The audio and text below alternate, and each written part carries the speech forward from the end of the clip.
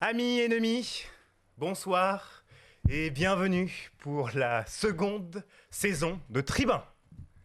Top générique.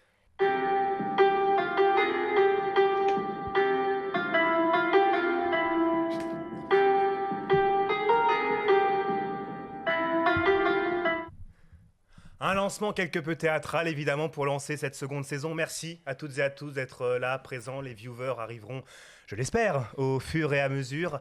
C'est donc bien la première de cette seconde saison. Vous nous avez suivis l'année dernière, je l'espère, dans quelques émissions pilotes. Pilote, bah oui, parce que cette année, c'est véritablement la saison de la professionnalisation. Voilà. Alors, pas mal de changements par rapport à l'année dernière, des chroniques supplémentaires, un conducteur quelque peu remodelé, mais toujours dans une ambiance fort sympathique, dans une ambiance d'humour, de décontraction. Et c'est dans cette ambiance que nos deux invités sont présents ce soir. Alors, je vais laisser présenter les... Voilà. Euh, Julien d'abord. Bonsoir, moi je m'appelle Julien, donc je suis étudiant en master sciences politiques à l'université Gustave Eiffel. Et Pierre. Et Pierre, alors je suis juriste et je suis plus étudiant puisque donc juriste et je suis également président du parti Allons Enfants, qui est un parti qui regroupe des jeunes jusqu'à 30 ans et qui promeut justement la mobilité, l'encouragement de l'engagement politique des jeunes. Voilà, le but de cette émission ce soir, c'est bien évidemment de la pédagogie, à la fois par rapport à ton parti, à la fois par rapport à ton parcours. Et donc voilà. Et puis ça va être aussi de la pédagogie sur le plan de la forme, parce que vous allez découvrir nos nouvelles chroniques et notre nouveau conducteur. Et notre émission va commencer comme chaque mercredi. Alors on sera un mercredi sur deux à l'antenne, mais comme chaque mercredi où nous serons à l'antenne, il y aura un petit billet d'humeur de ma part, voilà, sur une actualité un petit peu chaude, avant d'entamer la revue d'actu et la première partie de notre émission. Ce billet d'humeur concerne un petit peu le climat. Il y a des choses qui m'énervent, qui m'agacent un petit peu dans le traitement de l'actualité par rapport aux fortes chaleurs. Et donc, ce billet d'humeur commencerait par ceci. Météo demain lundi, stop. Grand soleil, stop. Vague de chaleur, stop. Record mensuel, stop. Nouvelle vague de chaleur la semaine prochaine, stop. Écoutez, j'essaye à ma modeste échelle de propulser ce télégramme à la face du monde. Oui, télégramme, chacun son style, hein. Ça peut paraître dépassé de mode, mais la mode vestimentaire estivale n'est-elle pas dépassée en ce moment ? Bien au contraire. Les journaux se régalent à coups d'articles ou de reportages sur l'été qui joue les prolongations des prolongations. Les interviewés se dorent la pilule sur la plage qui est loin d'être abandonnée, alors qu'elle devrait l'être au profit des coquillages et des crustacés. Moi, bizarrement, tout ceci me fait de moins en moins sourire. Comment peut-on se réjouir d'un dérèglement climatique qui s'installe dans notre quotidien, passe la porte de nos foyers jusqu'à s'installer gracieusement à nos tables ?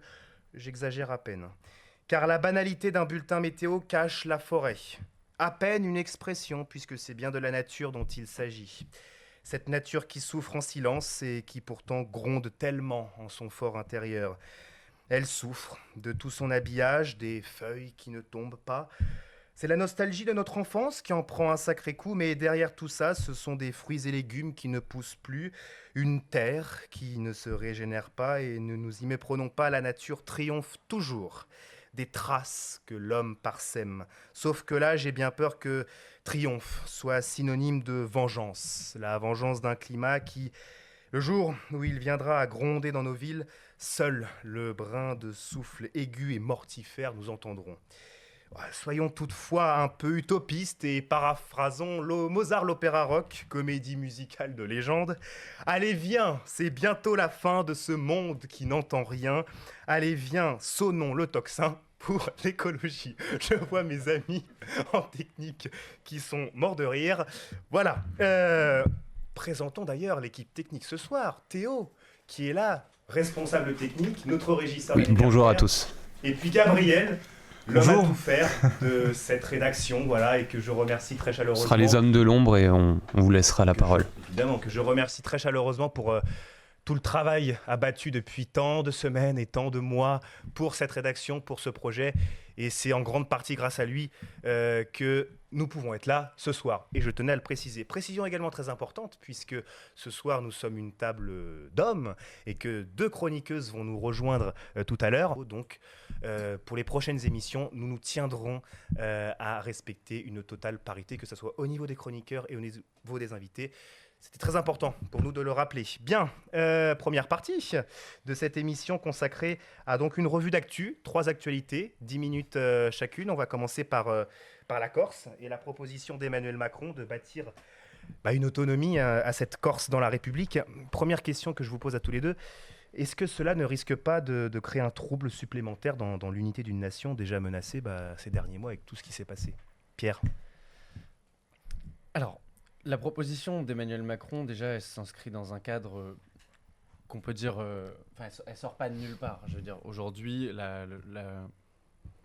l'enchaînement jusqu'à aboutir à ce genre de déclaration, c'est aussi la résultante de 20 ans d'évolution législative sur le statut de la Corse. Donc aujourd'hui, si Emmanuel Macron tient ses propos, ces genres de déclarations, c'est non seulement dans un contexte effectivement d'évolution et d'émergence d'un territoire français qui réclame depuis longtemps l'autonomie, et en même temps aussi, on ne peut pas s'empêcher d'imaginer qu'il y a une forme d'opportunité politique, voire d'opportunisme politique, dans un moment où il a du mal, notamment à avoir des groupes qui sont des groupes régionalistes à l'Assemblée nationale pour les réunir. Maintenant, sur le fond de la question, c'est les 65 ans de la 5e République aujourd'hui. On est le 4 octobre 2023. Le 4 octobre 1958 était promulguée la constitution de la 5e République. Cette constitution, elle a besoin d'évoluer. Elle a besoin d'évoluer parce qu'elle a été construite dans un État centralisé qui n'est plus aujourd'hui la France d'aujourd'hui. Et elle a été modifiée déjà 28 ou 29 fois. La modification constitutionnelle que propose Emmanuel Macron, c'est une de plus dans une forme, à mon sens, de dynamique vers une reconnaissance aussi des pouvoirs locaux, ce dont on a besoin aujourd'hui en France, parce que l'État peut de moins en... Alors, on dit souvent l'État ne peut pas tout. En fait, l'État peut de moins en moins de choses. Et donc, les pouvoirs locaux sont aussi là un point intéressant à la fois de démocratie locale et à la fois également de véritable gestion de compétences au niveau local pour satisfaire les besoins en service public, les besoins aussi les plus élémentaires des citoyens qui les ont élus. Et donc en ça, je pense que sincèrement, on a besoin de cette autonomie, et si des pouvoirs locaux venaient à émerger, comme la Corse l'est notamment, mais comme pourraient l'être des parties du territoire dont on connaît les revendications régionalistes, pas nécessairement autonomistes, et pas encore moins indépendantistes, mais au moins régionalistes. Et si jamais ces parties du territoire venaient également, à un moment donné, prendre aussi leurs responsabilités vis-à-vis de leurs citoyens qui les ont élus, je pense que c'est une bonne chose.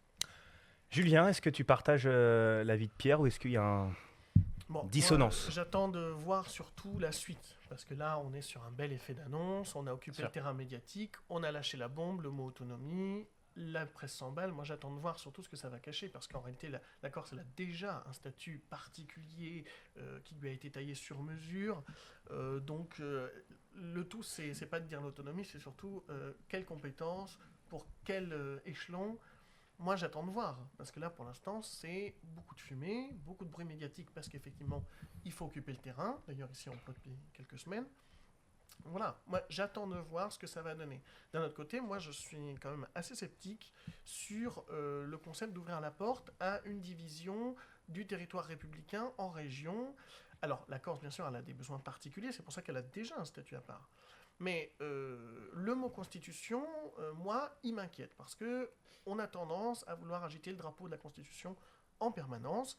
On veut réviser, tu l'as dit, on révise beaucoup la Constitution, mais on la révise peut-être trop. C'est à force de la 5e, puisqu'on parlait de la 5e il y a quelques instants, la 5e, elle a été conçue dans un esprit, dans une unité.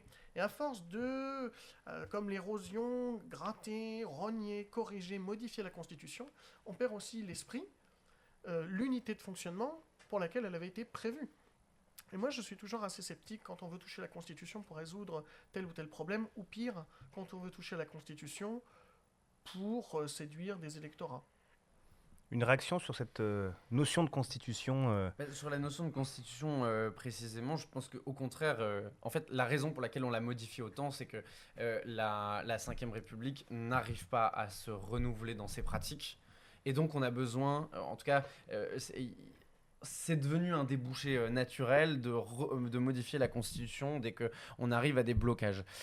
En réalité, alors, après, c'est un débat sur le fond, de savoir si on veut de l'autonomie ou pas des régions. Mais la constitutionnalisation de la Corse, avec un titre, en tout cas un titre ou un chapitre, comme c'est le cas par exemple pour la Nouvelle-Calédonie, dans la Constitution aura des vrais impacts juridiques qui aujourd'hui sont des verrous auprès du Conseil constitutionnel sur des grandes décisions d'apprentissage de la langue corse, de reconnaissance de la spécificité corse, qui ont toujours aujourd'hui, au Conseil constitutionnel, voire au Conseil d'État, constitué des verrous qui n'ont pas été levés.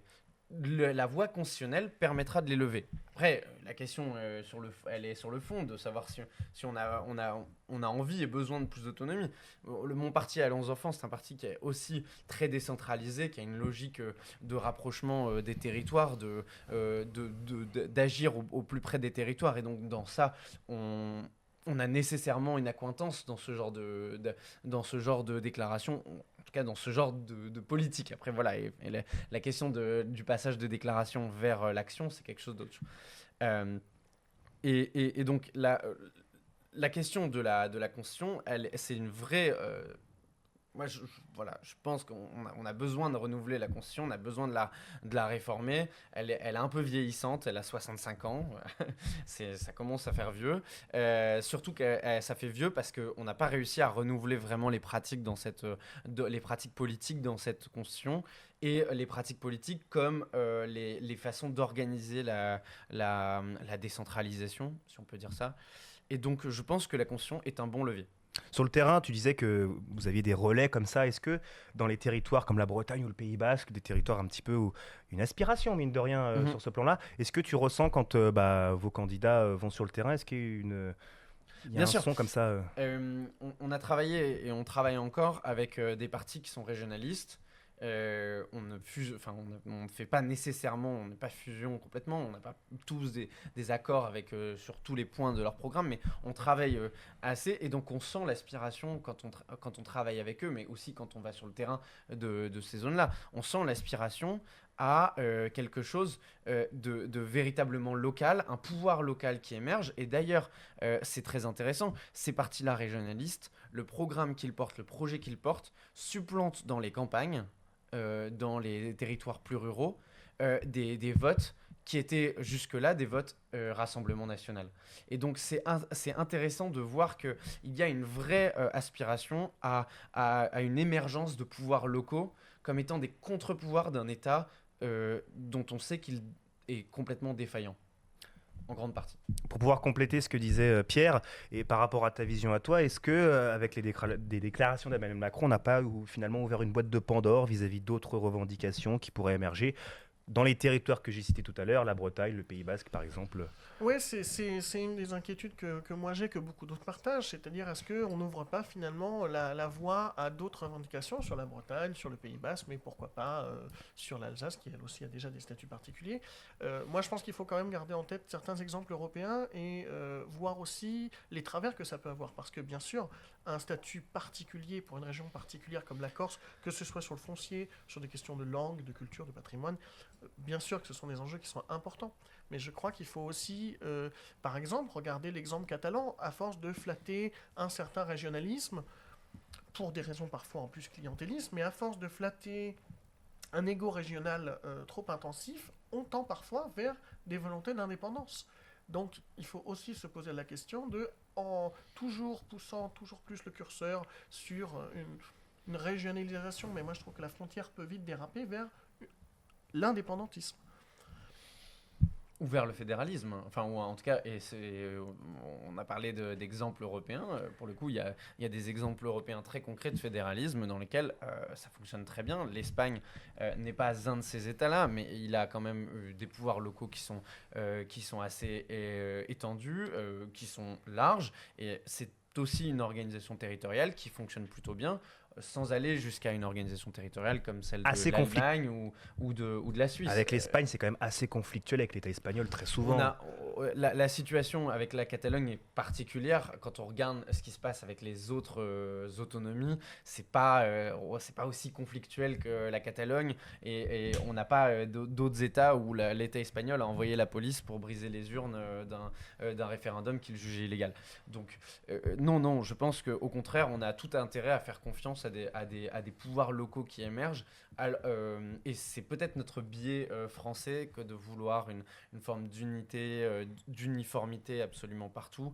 Et notamment dans la République, on sait que la République, elle est quand même diversifiée. Il y a des territoires qui ne connaissent pas les mêmes dynamiques. Il y a des personnes, il y a des citoyens qui n'ont pas les mêmes aspirations en France. Et évidemment, la République doit être un socle commun, et elle l'est encore aujourd'hui.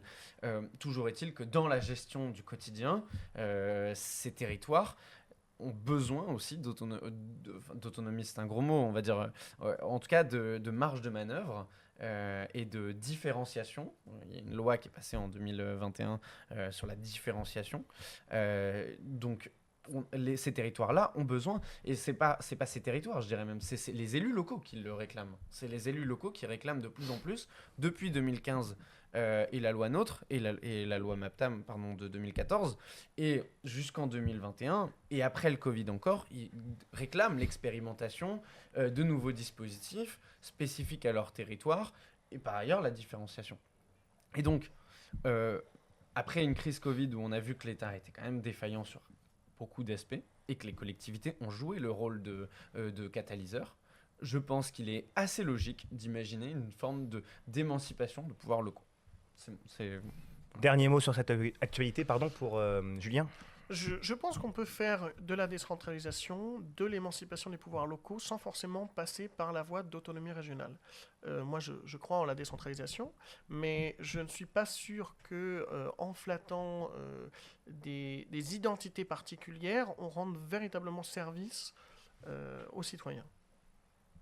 Bien, merci à vous deux. Amanda, dans une petite vingtaine de minutes, parlera de la Corse dans une chronique justement, et reviendra un petit peu sur vos visions à tous les deux. Elle a fait un petit melting pot fort intéressant. Restez avec nous, elle arrive dans quelques instants. Deuxième actualité, la situation au Karabakh, évidemment. On commence à en parler de plus en plus dans l'actualité, évidemment, avec ce qui se passe sur les territoires de l'Arménie et de l'Azerbaïdjan.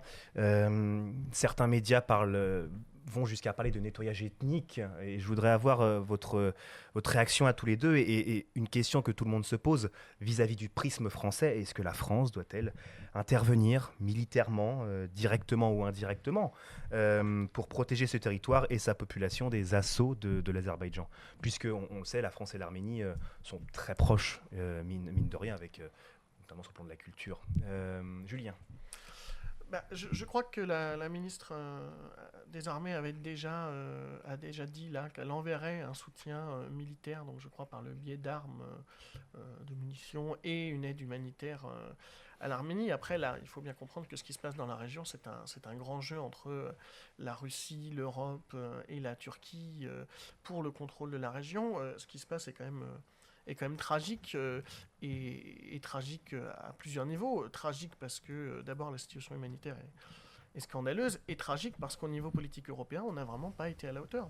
Sur ces enjeux-là, on n'a pas été à la hauteur. On a vraiment abandonné l'Arménie à son sort en achetant le gaz en Azerbaïdjan. On a pour des intérêts commerciaux, sacrifier un lien historique qu'on avait avec l'Arménie. Parce que, bon, là, évidemment, il y a des déclarations d'intention, une aide humanitaire, mais la vérité, c'est que l'Europe n'a pas réellement soutenu l'Arménie. On aurait dû taper plus du poing sur la table, on aurait dû peut-être plus menacer, en prévenant qu'en cas d'intervention, il y aurait une réponse forte. Ça n'a pas été le cas. Là, on avait un peu on a vraiment été assez faible sur nos réponses. On n'a pas été à la hauteur de l'enjeu, là, vraiment. Pierre, est-ce que tu partages cette faiblesse indiquée par Julien ? Oui, globalement, je partage ce qui a pu être évoqué. Maintenant, sur la question en tant que telle, je ne sais pas. je ne sais pas parce que on nous demande de savoir s'il faut intervenir militairement. On me demande, c'est-à-dire à moi qui ne suis pas diplomate, qui n'ai pas les dossiers entièrement, et même si je me suis renseigné sur le sujet et que, comme tout le monde, j'écoute les informations, je ne sais pas si aujourd'hui il faut, ou en tout cas si ma parole devrait engager, et bien sûr qu'elle ne l'engagera pas, mais en tout cas, si je devais décider aujourd'hui, je ne saurais pas dire puisque je n'ai pas tous les éléments en tête. Et ça, c'est un point important parce qu'aujourd'hui, le sujet, c'est sur la politisation des jeunes, le grand débat après. Et je pense qu'il est important aussi, et notamment que les jeunes voient que des personnes qui vont débattre de politique, qui parlent de politique, puissent dire à des moments, je ne sais pas. Parce qu'il y a un des éléments qui éloignent les jeunes de la politique, c'est ce sentiment qu'on a des personnes qui sont très sérieuses, qui connaissent tous leurs sujets, qui vont jusqu'au bout des choses, qui connaissent parfaitement. Et c'est ce sentiment donc nécessairement d'illégitimité quand il y a des jeunes qui viennent et à qui on dit « il faudrait que tu t'engages en politique ». Et du coup, moi, ce que j'ai envie de dire aussi par ce « je sais pas », c'est également de dire que quand vous êtes jeune, vous n'êtes pas obligé de tout savoir sur les questions. Et c'était un des aspects que je voulais évoquer et que cette question me faisait m'évoquer parce que, sincèrement, je ne sais pas. Je ne sais pas s'il faut qu'on engage du matériel stratégique militaire français. Je ne sais pas s'il faut qu'on engage des troupes françaises. Je ne sais pas quel est vraiment les tenants et aboutissants de cette situation entre un Vladimir Poutine qui a également agressé d'une violence inouïe l'Ukraine il y a un an. Je ne sais pas également si... il y a plus d'un an même maintenant.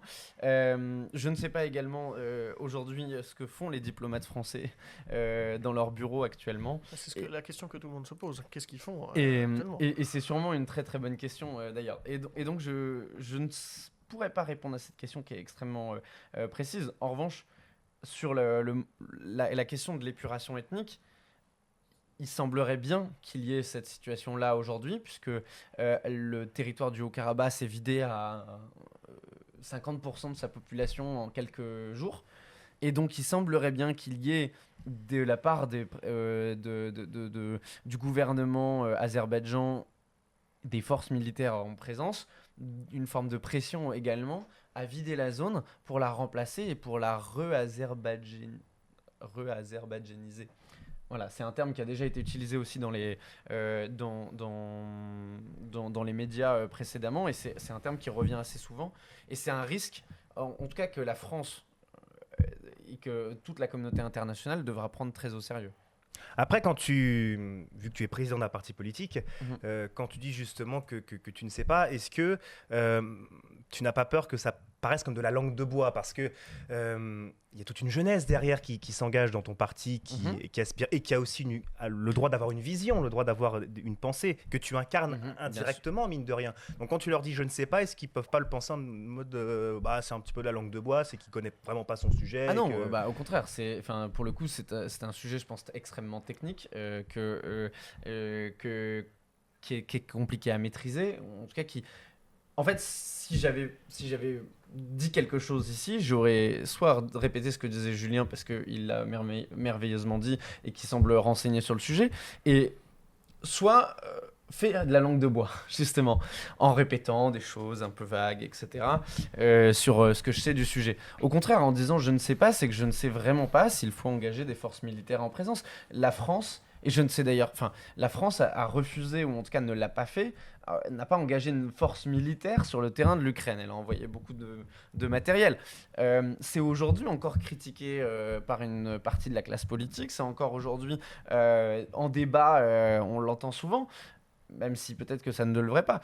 Mais c'est-à-dire que c'est des sujets qui sont extrêmement techniques. Et donc, c'est un peu je pense que c'est un peu une marque d'honnêteté aussi de dire à la jeunesse potentiellement qu'elle n'est pas obligée de tout connaître sur un sujet, que justement ce genre de débat, parce qu'on a besoin d'échanger sur les idées, permettent de monter en compétence, de comprendre mieux les choses, et qu'au final, on se fait son avis en écoutant. J'avais pas tout l'aspect aussi international, et en tout cas l'aspect relations européennes que Julien a évoqué, et je trouve ça très intéressant de l'avoir quand il en parle. Est-ce qu'il t'a convaincu, pardon, j'en perds mes mots, est-ce qu'il t'a convaincu sur cet aspect, sur cette marque d'honnêteté Moi, je préfère les gens qui disent je ne sais pas plutôt que les gens qui affirment une grosse bêtise et qui Bien sont sûr, très convaincus on est tout à l'heure là-dessus. de ce qu'ils disent. Après, on peut aussi avancer des opinions sans avoir forcément les tenants et les aboutissants d'un sujet, dire je pense que, et après se dire je me suis trompé. L'honnêteté, c'est aussi parfois de dire quelque chose et après de dire je me suis trompé. Bien sûr. Si on me réinvite ici, je pourrais potentiellement revenir en disant que je me suis trompé sur des... Mais avec grand plaisir, justement. Mais l'honnêteté primera toujours dans cette émission. Ça, il n'y a pas de souci là-dessus. Et c'est notre fil conducteur. Troisième et dernière actualité. Alors là, c'est une actualité aussi qui a beaucoup agité la presse française ces derniers temps. Je vais redire, je ne sais pas. Les punaises de lit. Est-ce que, voilà, les punaises de lit. Parce que, voilà, c'est un sujet on en parle. Alors, la RATP a dit il y a 1 ou 2 journées, je crois, qu'après enquête, il n'y avait pas de punaises de lit dans leur train. Mais enfin, ça a fait un tel ramdam que tout le monde en a parlé. Et Pascal Praud, sur CNews, il a dit des choses. Il a dit des choses, Pascal. Et ça a fait un tollé. Ça a fait un tollé sur les réseaux sociaux. L'Arcom, d'ailleurs, certains ont dit... Alors, l'Arcom, c'est l'autorité qui gère un petit peu la télévision. Dès qu'il y a une polémique à la télévision, des téléspectatrices, des téléspectateurs peuvent déposer une plainte sur l'Arcom. C'est l'ancien CSA. Voilà, les gens connaissent plus. Est-ce que l'Arcom doit-elle être saisie et doit-il y avoir une sanction ? Puisqu'il a fait un rapproché, alors que certains estiment que ce n'était pas le cas, d'autres oui. Il a fait un rapproché entre à la fois les punaises de lit et l'immigration et l'hygiène un petit peu perdue dans tout ça. Bref, votre avis à tous les deux. Pierre d'abord, peut-être. En débattre, ça alimente Il ne sait pas. Non, en débattre, ça alimente le buzz, le buzz de ce personnage. Il est habitué. Je pense pas que ça soit une déclaration qui a glissé ou qu'il n'ait pas fait le rapprochement. En tout cas, il sait très bien ce qu'il dit. Il est habitué de ce format-là. Il est par ailleurs habitué de ce genre de déclaration. Non seulement il faut peut-être que l'Arcom sanctionne, mais elle sanctionne cette chaîne régulièrement, assez souvent. Elle sanctionne pour son manque de pluralité, elle sanctionne pour ses paroles, elle sanctionne pour les propos qui y sont tenus par les personnes qu'elle intervient, enfin qu'elle accueille, Éric Zemmour notamment. Mais maintenant, il faut aussi une réponse politique à ça. Il faut que le gouvernement... disent que ce genre de propos sont intolérables en démocratie. Il faut également que, en fait, il y ait une réponse pénale. On a dans le code pénal des dispositions pour ce genre de cas. Il y a des... En fait, plus précisément, il y a des dispositions qui punissent des propos qui tendent à inciter à la haine envers une communauté, quelle qu'elle soit, cette communauté. Et donc maintenant, je pense que ce genre de propos doit être condamné à tous les étages, à l'étage politique, à l'étage de la sanction, de la régulation et à l'étage pénal. Julien, et puis ensuite, première joute oratoire de la soirée, je ne l'ai pas oublié, après la réaction de Julien. Je t'en prie. Oui, je suis d'accord. On est sur un dérapage habituel sur CNews. Bon, effectivement, je pense que l'Arcom doit sanctionner en disant qu'il ne faut pas raconter non plus n'importe quoi quand on a une émission de télévision et les raccourcis douteux sur les punaises de lit et l'immigration. Enfin, je pense que les deux, d'ailleurs, méritent un peu plus de sérieux. Après, je ne sais pas s'il faut donner... la presse donne toujours, je trouve, trop d'écho à ce genre de dérapage. Tu parlais de répliques politiques. Je trouve que c'est faire trop de bruit pour ce que c'est. Je crois que l'ignorance, au contraire, sera la meilleure des méthodes. Quand je parlais de réponse politique, je parlais de réponse politique sur l'ensemble de son œuvre. Enfin, je veux dire, c'est-à-dire que la chaîne est quand même très habituée à ça et qu'on constate quand même que ce genre de propos bénéficie d'une forme d'impunité encore et que la réaction politique n'est pas à la hauteur. Et par contre, je te rejoins sur l'aspect, sur le fait que en parler, c'est comme ça que j'ai commencé aussi mon propos, ça ne fait qu'alimenter ce buzz et que ce personnage ne mérite pas qu'on en parle autant. Ouais, non, mais là, je suis pas tout à fait d'accord parce que, honnêtement, la réaction politique, journalistique, tous les jours, on entend CNews ceci, CNews cela. Moi, je trouve que la réaction, elle y est. Et je pense que plus on fait du tapage, plus c'est de la pub. Bad buzz is buzz. De toute façon. Donc, Bad buzz is buzz. Bad buzz is buzz. Voilà, donc plus il y a de polémiques, plus ça continue de tourner, plus on parle, plus on intrigue les téléspectateurs. Je crois que plus Vous avez vu, on est une émission anglophone, hein, quand même. Plus il y aura de tapage, plus Non, mais je précise, ça fera plus. réponse politique, réponse de l'exécutif, c'est-à-dire du gouvernement qui a en tout cas la possibilité à un moment donné de sanctionner ce genre de propos, puisque le gouvernement il y a une ministre des Affaires culturelles notamment qui a la capacité de prendre la parole dessus. Elle le fait pas. Est-ce que les ministres ont vraiment vocation à prendre la parole sur tous les dérapages? Je sais pas. Moi, je crois qu'ils ont d'autres chats à fouetter que Pascal Praud.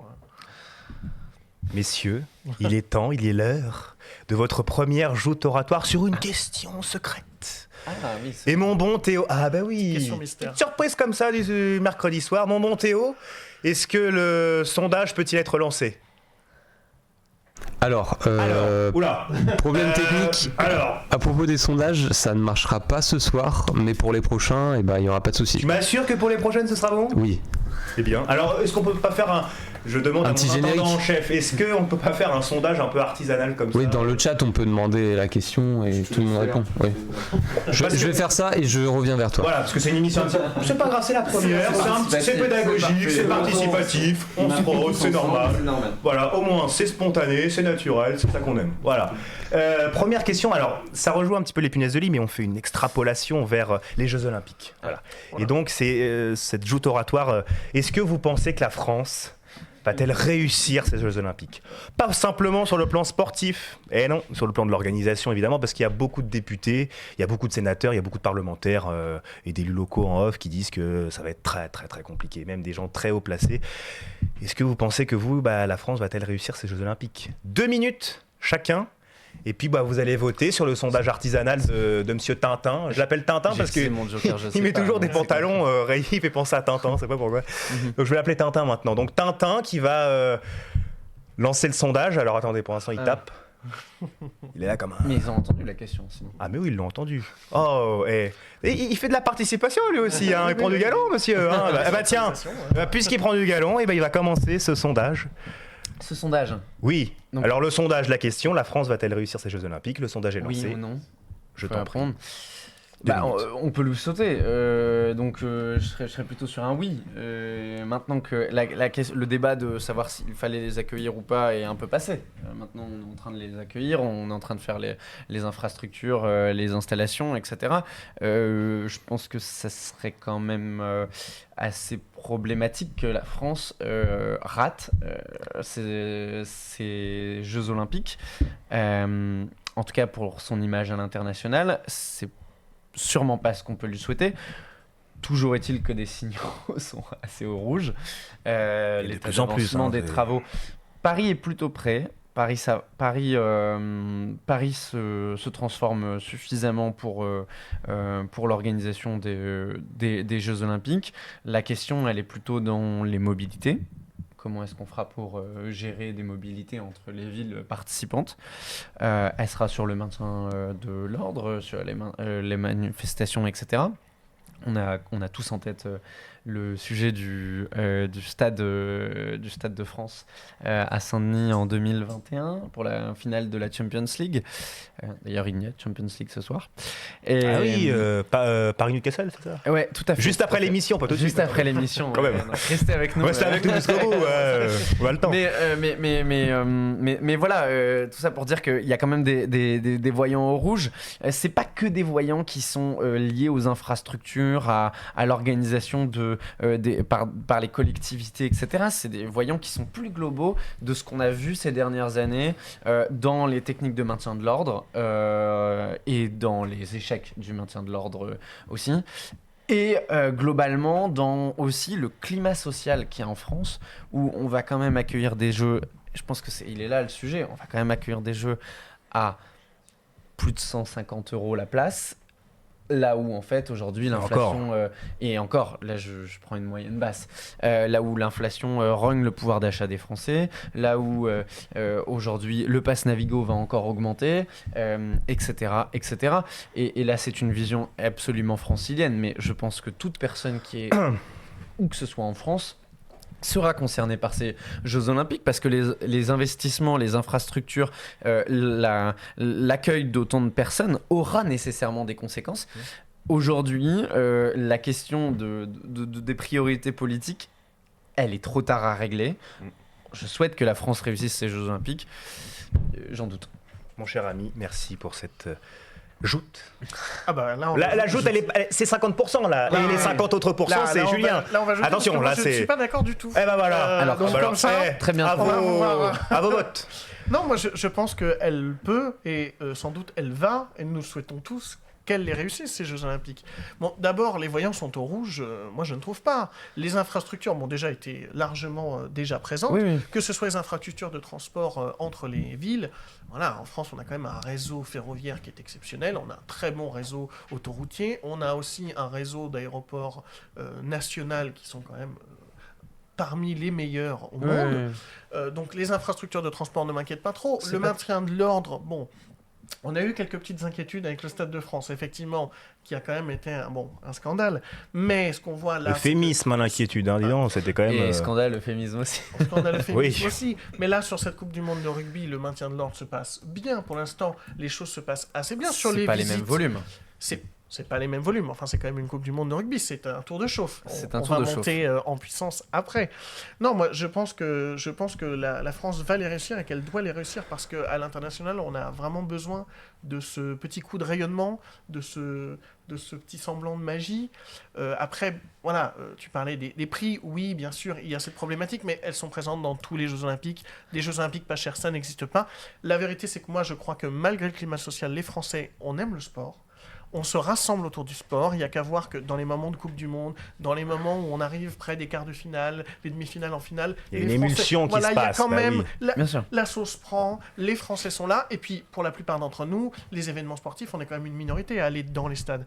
On les regarde à la télévision. On aura quand même la Coupe du Monde chez nous, c'est quand même une fierté de voir le monde entier venir en France, à Paris, à Marseille, dans d'autres villes. Donc moi, je crois que ce sera une belle réussite et un très beau moment pour la France. Et on ressuscite même Joe Dassin.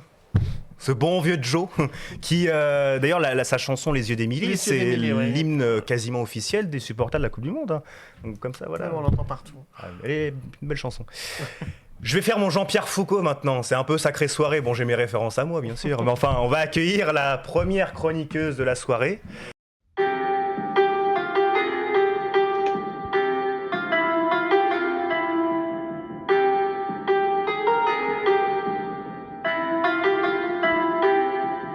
Amanda, tu vas nous parler de la Corse. Exactement. Je t'en prie, c'est à toi. Donc effectivement, je vais vous parler de l'autonomie de la Corse. Donc vous en avez déjà un petit peu débattu. Donc le 28 septembre dernier, donc dans le cadre de la célébration du 80e anniversaire de la libération de l'île de Beauté, le président Emmanuel Macron s'est prononcé donc pour la première fois devant l'Assemblée de Corse à Ajaccio, exprimant sa volonté de donner une autonomie à la Corse dans la République. Donc cette volonté de donner une autonomie à l'île ouvre une nouvelle brèche après 18 mois de négociations sur l'autonomie. Donc la Corse dispose jusqu'ici d'un statut particulier puisque c'est une collectivité territoriale que l'on appelle collectivité de Corse.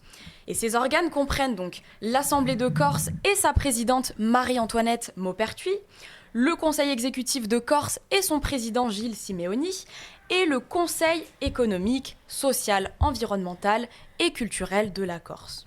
Donc en juillet dernier, la Corse avait marqué un tournant en délibérant et en adoptant en majorité sur les contours de l'autonomie revendiquée.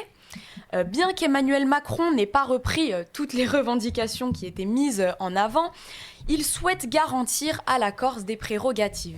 Donc en effet, offrir une autonomie à la Corse lui attribuerait un certain nombre de compétences et de pouvoirs, ainsi que les moyens juridiques de les exercer donc à l'intérieur de l'État français.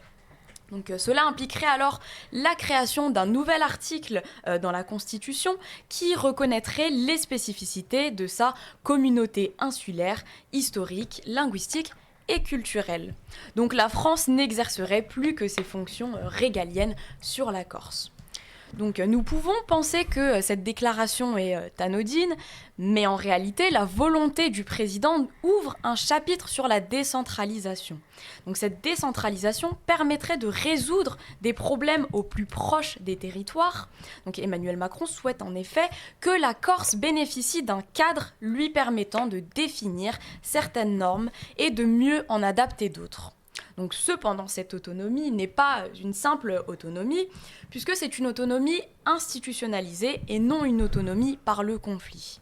Donc, cette autonomisation est un rempart à l'indépendance. Emmanuel Macron a donné aux élus corses un délai de 6 mois afin d'établir un texte constitutionnel et organique. Donc cela sera suivi d'une consultation auprès du peuple corse et in extremis, afin d'aboutir au projet, le président devra obtenir l'accord du Sénat et de l'Assemblée nationale afin de lancer une révision constitutionnelle sur le statut de l'île. Donc le chemin est encore long, bien que le président Emmanuel Macron ait annoncé une ouverture, le processus est encore vaste et semé d'embûches. Donc, dans un premier temps, l'accord entre les élus corses n'est pas acquis, car il y a une opposition extrêmement forte entre les indépendantistes d'un côté et les autonomistes de l'autre. De plus, si les élus parviennent toutefois à aboutir à un accord, la modification de la Constitution nécessite le rassemblement des 2 chambres aux 2 tiers, ce qui n'est pas chose aisée et le président le sait. Donc nous suivrons cette affaire de très près. Mais en attendant, il ne faudrait pas s'attendre à ce que le président de la République veuille céder une autonomie à la Bretagne, à l'Alsace ou encore à la Normandie. Eh bien, merci Amanda. Merci d'avoir fait cette première chronique. Marie, tout à l'heure pour la deuxième chronique, à la fin du débat sur la politisation des étudiants, le grand dossier. Voilà, merci, limpide, parfait. Voilà, rien à en redire. Magnifique. D'ailleurs, ça me fait penser, quand on parle de la Corse, le film L'Enquête Corse, avec Jean Reno et Christian Clavier. Il est super celui-là. Je vous invite... Moi je l'aime bien, il est super. Il est drôle. Je vous invite à le voir. Moi j'adore, moi. Franchement, avec Ange Léonie. Enfin bref. Moi, c'est parfait. C'est parfait. Merci encore Amanda. Merci. Et puis on se retrouve tout à l'heure pour une bonne petite bière à la fin. Voilà, ça fait plaisir. Bon. Oui, fais comme chez toi, voilà. Deuxième partie maintenant sur... c'est le grand dossier. Voilà, là, on attaque le dur. Bon, la première partie était pas mal non plus. Enfin, la deuxième partie va nous occuper jusqu'à la fin de l'émission. C'est sur la politisation des étudiants. Et vu qu'on a un président de parti politique, écoutez, là, c'est l'invité rêvé. Là, c'est la Madeleine de Proust, j'ai envie de dire. Et donc, à toi, justement, de nous convaincre. Et on va parler de... d'abord, forcément, quand on associe politisation, on l'associe avec élection. Et quand on parle de jeunes, c'est le taux d'abstention qui revient à chaque fois. Voilà. C'est des mots comme ça, des mots-clés, des alertes. Et donc, les taux d'abstention ne cessent de battre des records, élection après élection, que ce soit à l'échelle nationale, à l'échelle locale, et puis même à l'échelle universitaire, ne serait-ce qu'ici à Gustave Eiffel. Je crois que le taux de participation, alors je prends à l'échelle du campus, élections réunies selon les ça doit être à peine 30%, à peine. Ouais, et du coup, alors même qu'on envisage que les étudiants se politisent, comment on peut faire pour les faire revenir aux urnes sur le long terme, sur le plan national donc, local et universitaire? Julien? Alors Vous avez 4 heures. Comment les faire revenir, c'est un peu la dissertation, parce que c'est une question à laquelle les politiques essayent de répondre depuis très très longtemps. Et jusqu'ici, je pense que on ne me contredira pas, c'est pas une grande réussite du tout, et tout ce qui a été tenté, malgré tout, n'a jamais beaucoup abouti. Alors après, moi je trouve que quand même les choses bougent, parce que notamment avec les réseaux sociaux, il y a quand même un accès à une information, à du débat, quand même bien supérieur à ce qui pouvait se faire avant, ou qui était limité dans un cadre très universitaire. Parce que quand on dit la jeunesse, il faut aussi voir les jeunesses, parce que nous qui sommes ici à l'université, on a forcément accès à plus de politique, à plus de débats, à plus d'échanges. C'est pas le cas pour tous les étudiants qui travaillent, qui sont au chômage, qui ne sont pas dans les cadres de l'université. Ces gens-là, ils ont moins accès. Mais avec les réseaux sociaux, justement, ces publics-là, ils sont de plus en plus touchés. On voit des émissions ou des influenceurs comme Gaspard G, comme Brut, enfin voilà, toutes ces émissions qui amènent de la politique aux jeunes. On espère en faire de même. On espère avoir le même. Nous aussi, on espère. Bah oui, c'est le but aussi. Hein, c'est la première d'une grande et belle aventure, je l'espère. Hein. Donc, Pierre. Oui, justement, alors. Président d'un parti politique, parce que c'est vrai que là, c'est la question qui fâche là. Hein, c'est un petit peu. Alors, comment tu fais, toi? Déjà, on a pris le contre-pied de l'échec depuis 30 ans, c'est-à-dire le parti politique. On a décidé malgré tout de faire un parti politique pour prendre le contre-pied. Parce que en fait, le parti politique aujourd'hui n'attire plus. Il n'y a plus de jeunes dans les partis politiques. C'est un constat assez globalement partagé. Caste, quoi. Voilà, il y a des mouvements de jeunesse. Il y a des noyaux durs militants. Voilà, il y a des mouvements de jeunesse, mais c'est des noyaux militants. C'est pareil pour tous les partis politiques. Ils connaissent à peu près tous la même réalité. Il y a des raisons qui tiennent à l'âge, aussi à la mobilité de notre génération, qui tiennent aussi au fait que nécessairement c'est une génération qui est beaucoup moins ancrée dans les méthodes militantes d'il y a 30, 40 ans. Donc voilà, ces choses-là font qu'aujourd'hui les partis politiques se vident des jeunes, mais par ailleurs... il y a d'autres raisons. Il y a des raisons beaucoup plus structurelles et il y a des raisons qui tiennent au parti politique en tant que tel. Le parti politique, son but c'est quoi? C'est de gagner des élections. C'est de gagner des élections au niveau national, mais également au niveau local. Et nécessairement, quand on a la possibilité de présenter un personnage politique ancré dans la vie locale depuis 10, 15, 20 ans, qui est peut-être déjà élu et qui est dans son mandat, et on va pas lui demander de bouger pour laisser la place aux jeunes. Et cette genre de réalité, qui est une réalité qui existe à peu près partout, elle donne un système qui fait que les jeunes aujourd'hui n'ont pas de perspective politique dans un parti politique. Ils n'ont pas de perspective politique, et en plus, quand on leur donne une perspective politique, c'est un fameux cursus honorum, un peu à la République romaine, où il faut d'abord commencer au niveau local, militant, puis potentiellement avoir des premières responsabilités, être pris comme collaborateur, etc. Et puis à un moment donné, avoir des premières responsabilités locales dans son parti, puis dans la commune en tant qu'élu, puis après enfin dans un département, région, etc., pour arriver au Saint Graal qui est être député. Qui est encore aujourd'hui le Saint Graal de la politique française. Et ces jeunes-là, aujourd'hui, notre génération, elle n'a pas du tout ce créneau-là, elle n'a pas du tout ce système de valeurs et ce système d'engagement. Et c'est pour ça que les partis politiques se vident. Pourquoi est-ce qu'à 11 enfants, on a décidé de faire un parti politique? Parce qu'on pense qu'au fond, c'est plutôt la façon dont fonctionnent les partis politiques en interne qui écarte les jeunes, plutôt que le parti politique en tant que tel, qui est une structure... disons plutôt institutionnelle, et d'ailleurs qui est reconnue par la Constitution, qui est consacrée, et donc qui est en fait un groupement d'organisations pour faire valoir ses idées et pour prendre le pouvoir. Et donc c'est en ça qu'Allons enfants, c'est quand même maintenu en parti politique pour se présenter à des élections. Voilà, c'était un peu une introduction générale parce que ça donne le contexte de comment est-ce qu'on a envie de politiser les jeunes et on fait un choix qui est la politisation des jeunes dans le système politique en tant que tel. Il y a plein de jeunes, et c'est pour ça aussi que je fais ça, c'est que nous on a pris le choix des élections, potentiellement puisqu'on se présente à des élections, on fait d'autres choses évidemment, mais on a pris le choix des élections. Mais aujourd'hui la politisation des jeunes, en fait, elle est véritable, elle est partout, elle est là, ce qu'on fait aujourd'hui, ça commence ici, mais ça va dans les associations pour le climat, ça va dans les marches pour le climat, ça va dans, c'est dans les associations humanitaires, dans les associations sociales. En fait, la politisation des jeunes, elle est absolument partout. La vraie... ce qu'on dit que la jeunesse est dépolitisée, c'est simplement parce qu'elle ne va pas voter. Mais le vote, c'est une modalité d'exercice de sa pratique politique. C'est pas une pratique politique et c'est pas la politisation en tant que telle.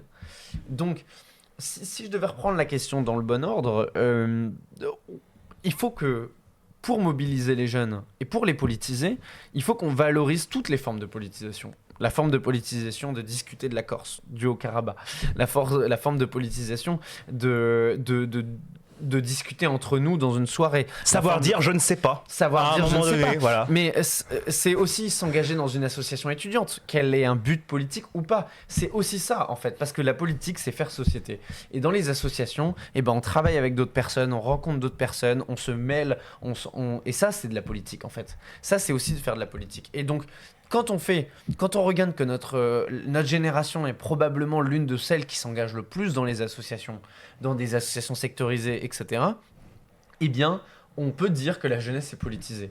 Et en ça, je rejoins le constat de Julien, les choses changent, les choses évoluent, pas qu'avec les réseaux sociaux, avec du lien social plus sectorisé, plus local, qui fait beaucoup moins de bruit que participer à des élections pour élire un député, un conseiller départemental dont on ne connaît finalement pas le nom ni les compétences.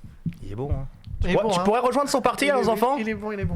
Bah, écoutez, moi, il y a deux réalités qui cohabitent. Bon, d'abord, on a effectivement, et tu l'as dit, très bien dit, il y a une jeunesse qui, en réalité, est très politisée, puisqu'on entend souvent, quand on écoute les médias ou quand on met dans Google la politisation des jeunes, on entend toujours qu'ils ne sont pas politisés. En réalité, ce que tu as dit est très juste. Ils sont très politisés. Très politisés. Dans des assos, ils ont des avis, ils ont des convictions. Mine de rien, ils ont quand même des avis ou des opinions sur des sujets politiques, internationaux. Ils s'engagent pour le climat, ils s'engagent pour les droits des femmes. Ici, dans notre faculté, il y a vraiment un fort engagement pour les droits des femmes. C'est aussi de la politique. Et dans le même temps, on a une abstention qui est de plus de 60% sur les 18-34 ans aux élections. Tout l'enjeu, c'est surtout de les ramener au vote en réalité, parce que pour ce qui est de la politisation, ils le sont. Ils ont des convictions, ils ont des idées. Et alors, pardon, mais le parti politique traditionnel, moi je veux bien, mais dans une réussite limitée, aujourd'hui, combien d'adhérents a Allons Enfants ? Le mouvement, est-ce qu'il a vraiment pris de l'ampleur ? Est-ce que la jeunesse pousse dans le parti ? Je ne crois pas. C'est un phénomène qui existe dans tous les partis politiques. Allons Enfants n'est pas un parti de masse.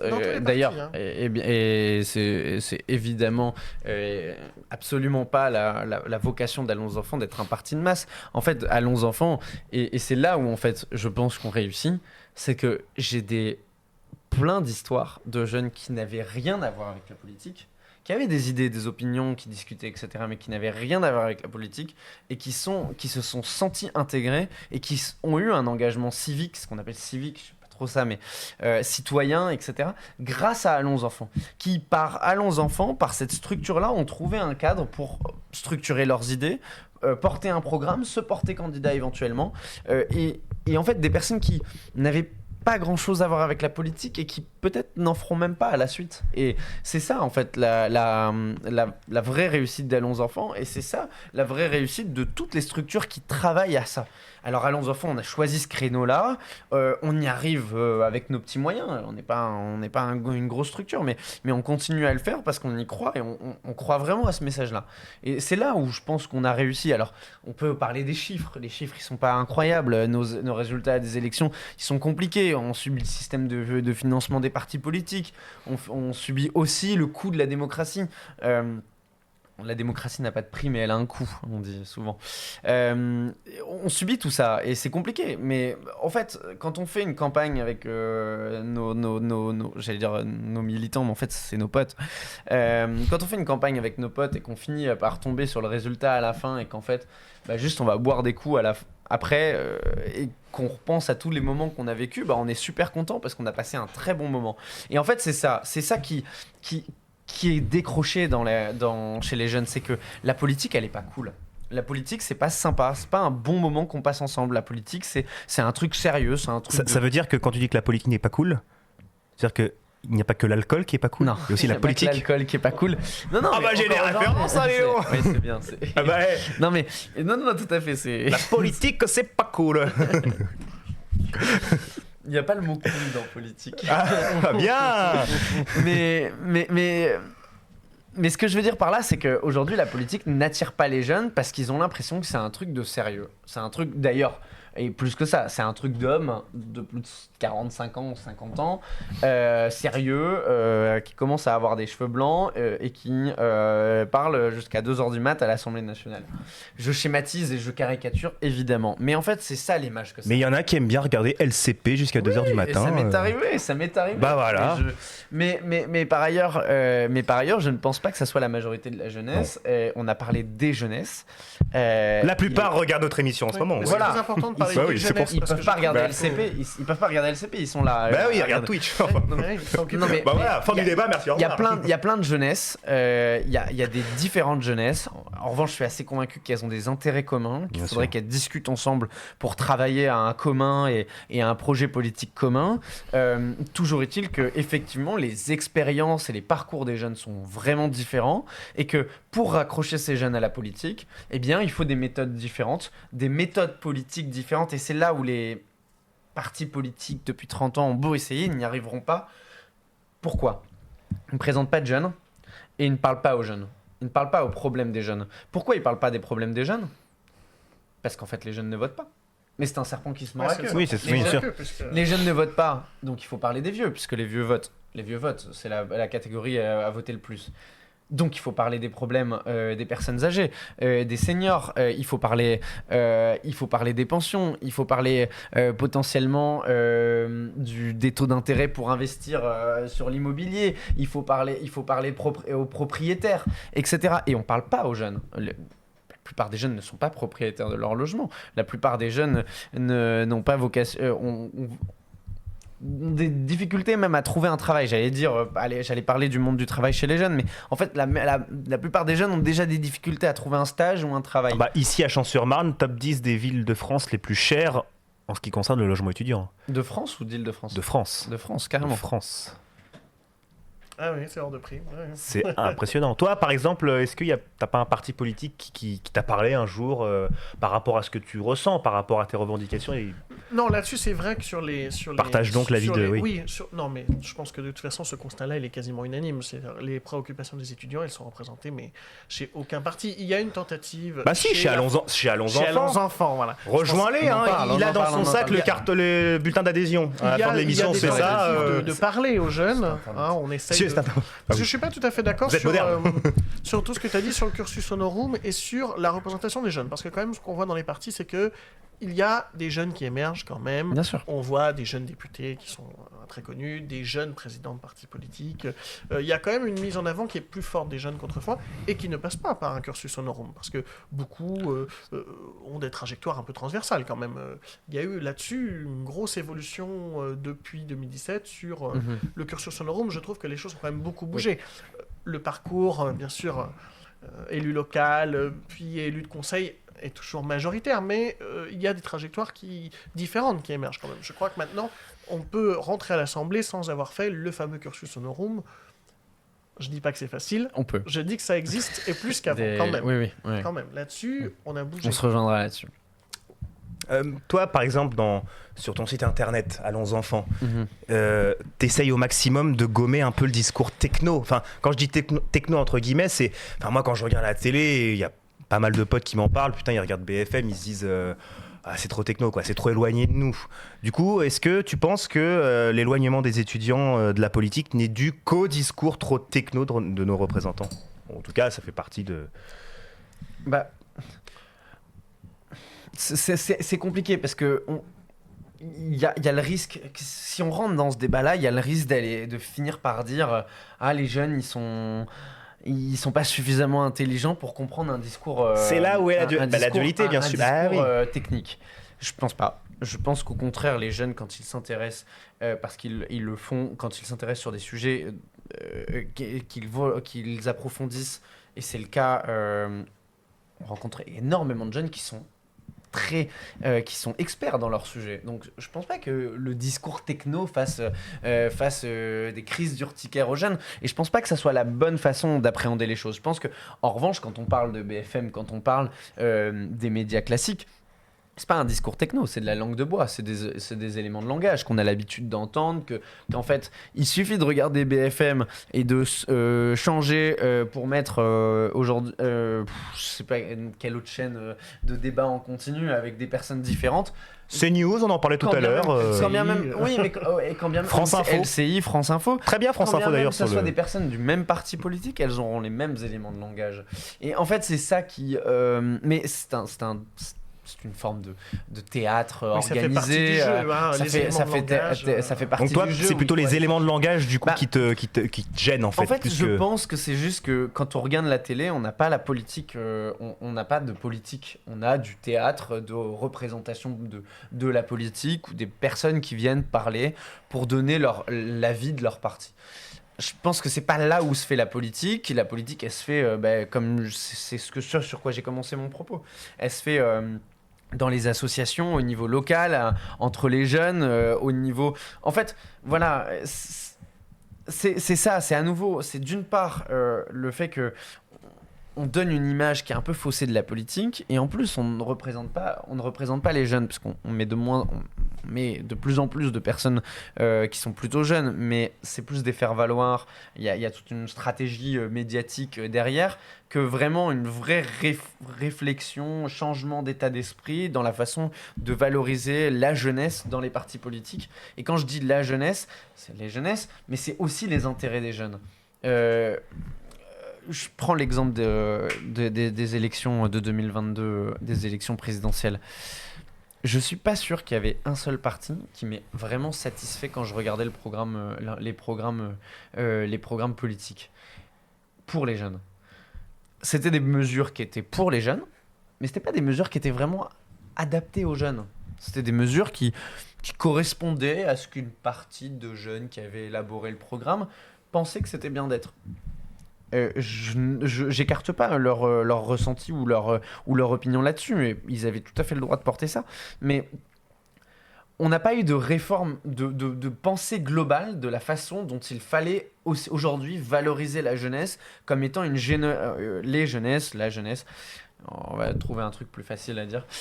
Mais de façon de réfléchir au global dans comment est-ce qu'on pense une génération par rapport à d'autres générations, parce qu'il en existe d'autres. Leurs intérêts ne sont pas toujours concordants. Exemple, 65% des seniors votent pour Emmanuel Macron, 65% des 18-25 ans votent NUPES aux élections législatives. Il y a des comment dire, il y a des sortes d'intérêts qui s'entrechoquent entre les générations. Il y a des conceptions du monde qui sont complètement différentes. Et en fait, ça, personne ne propose de les faire dialoguer. Personne ne propose un vrai positionnement de la jeunesse. Un vrai investissement dans la jeunesse. Les universités ont de moins en moins de financement depuis 20 ans. L'école est un sujet extrêmement compliqué dans laquelle toute réforme de tout ministre de l'éducation nationale échoue lamentablement depuis 20 ans, pareil. En fait, on a un problème de la jeunesse où on ne veut plus y toucher parce que c'est trop compliqué politiquement, parce qu'il faut du courage politique, et qu'aujourd'hui, il n'y en a pas encore aujourd'hui dans la classe politique. Et ça, les jeunes le sentent, parce qu'ils ne sont pas bêtes. Ils suivent la politique, ils sont au courant de tout, et ils voient très bien qu'en fait, la jeunesse, c'est une génération sacrifiée, délaissée, encore plus depuis le Covid. Moi, ce que j'ai remarqué aussi, c'est que, enfin, c'est un avis personnel, mais on a une stratégie de plusieurs partis politiques pour attirer de nouveaux jeunes à se politiser qui tend vers une radicalité du discours, vers finalement des extrêmes dont les limites, en fait, semblent de plus en plus être repoussées. est-ce que partant de ce constat-là, on est engagé vers une voie qui semble inéluctable pour attirer ces nouveaux jeunes De radicalisation des opinions. Oui, de radicalisation des discours politiques. Certains politiques pensent que comme on est jeune, on est fougueux et on n'a que des idées radicales, et donc ils essayent de faire, mais bon, ça ils le font pour toutes les catégories, c'est pas propre aux jeunes, un clientélisme en nous séduisant avec des propositions radicales. Après, bon, méfions-nous toujours des propositions qui sont trop belles pour être vraies, parce qu'après, il y a la proposition, puis il y a la réalité du pouvoir. Parce que, entre proposer quelque chose et après la mettre vraiment en application, on est sur deux terrains qui sont très différents. Je ne crois pas que la radicalisation des jeunes soit inévitable. Bien au contraire. C'est vrai qu'en ce moment, c'est pas la tendance. En ce moment, les idées se polarisent et on manque de dialogue. Tu parlais de dialogue intergénérationnel. Je trouve que c'est vraiment un pôle manquant de la politique, le dialogue intergénérationnel. Les seniors semblent très déconnectés des jeunesses, donc on va utiliser le pluriel. Mais ça marche aussi pour le discours politique. La polarisation, je trouve, fait perdre en dialogue, d'où l'importance de ce qu'on fait aussi ici, de discuter. Mais je ne crois pas que ce soit une fatalité. Mais je crois qu'il va falloir y bosser. Par exemple, on prend l'exemple du parti Allons enfants. Tu m'as confié que tu avais été voir le programme, ou en tout cas tu avais été voir le site internet. Ouais, et il y avait certaines choses qui t'avaient un petit peu dérangé. Qui t'avaient un petit peu... Et du coup, est-ce que ça représente pas finalement une forme de radicalité ? Dérangé, je sais pas. Étonné, disons. Surpris. Parce que c'est vrai que sur votre site, il y a une volonté de rassemblement des jeunesses, de convergence de la jeunesse pour des luttes communes. Alors là, déjà, je me pose la question, est-ce que toutes les jeunesses ont vraiment les mêmes luttes, certaines en commune? Oui. Alors, je pense que sur la question climatique, la question des inégalités, à peu près tout en commun. Après, on a d'autres différences. Mais c'est vrai que y a des phrases de promotion de la radicalité politique qui m'ont surprise. Parce que je me suis dit, si on veut être rassembleur, peut-être là, vous tombiez dans ce travers-là de vouloir séduire par les extrêmes et de promettre une radicalité politique. Je ne sais pas. Ce serait à toi de me le dire. Pierre ? Bon, déjà sur certains, quels sont les points précis qui t'ont un petit peu étonné? Ouais, très bien. Pour ça, éclairer, je plus précisément, ça sera pour éclairer, puis même pour nos viewers. Peut-être des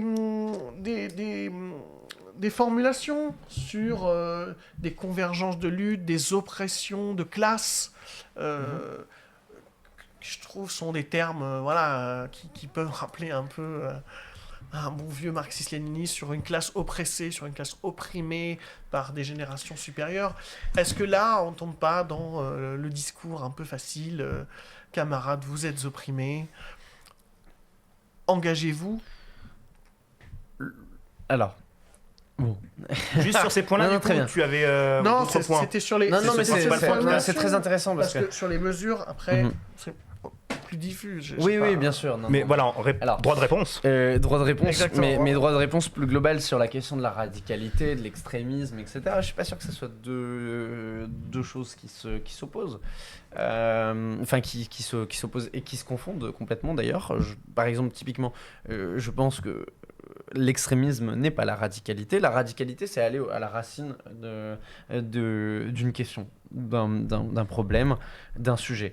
Et quand on parle de radicalité, alors c'est potentiellement aussi un vecteur et une technique politique pour amener une forme de réflexion sur un sujet plus global. Quand on parle quand on a des propositions qui sont absolument choquantes pour toute personne qui a plus de 35 ans, de quotas de jeunes à l'Assemblée nationale, c'est aussi pour ouvrir un débat sur le fait qu'il n'y a pas de jeunes à l'Assemblée nationale, où il y en a combien, une dizaine, voilà, de moins de 30 ans, sur 577. Quand on a aujourd'hui, les sénatoriales sont passées, il y a 2 sénateurs qui ont moins de 30 ans au Sénat. Est-ce que on a une représentation juste, équitable, correcte des conceptions et des façons de voir le monde de notre génération? Je ne pense pas. Et donc, quand on a ces propositions qui sont radicales, comme Allons enfants peut en porter d'autres, c'est aussi pour engager un débat, c'est aussi pour ouvrir une fenêtre. Et on peut, par contre, et et je rejoins Julien sur un point, on peut regretter le fait de la polarisation des débats politiques parce que, ou des positions politiques parce qu'elle empêche le dialogue. On a un dialogue là. Donc, le plus important, c'est le dialogue. C'est pas nécessairement les positions radicales. Et je pense que en réalité, non seulement les jeunes savent faire la part des choses entre ce qui est réalisable, ce qui est pas réalisable, ce qui est radical, ce qui est pas radical. Ils sont pas nécessairement toujours tentés vers le radical ou l'extrémisme. Et je pense que c'est pas une stratégie qui est adoptée par les partis politiques de forcément se radicaliser pour attirer les jeunes. J'ai pas l'impression que ça soit ça. Je pense que c'est un phénomène plus global qu'évoquait Julien de polarisation de la vie politique parce que on a une vie politique qui est en 3 parties, qui est plus compliquée comme ça, et qui fait qu'à un moment donné, les partis politiques, pour tirer leur épingle du jeu, veulent crier plus fort que le voisin. Bon, sur le sujet de Allons enfants et sur la façon dont on a conçu... ouais. Là, c'est le noyau dur. Là, c'est le noyau dur. Là, oh là là. Sur la façon dont on a conçu la réflexion politique qui accompagne Allons enfants. On veut effectivement rassembler des jeunesses. Rassembler des jeunesses parce que elles n'ont pas de débouché politique, on l'a dit jusque-là. Maintenant, elles ont des différences objectives, ces jeunesses.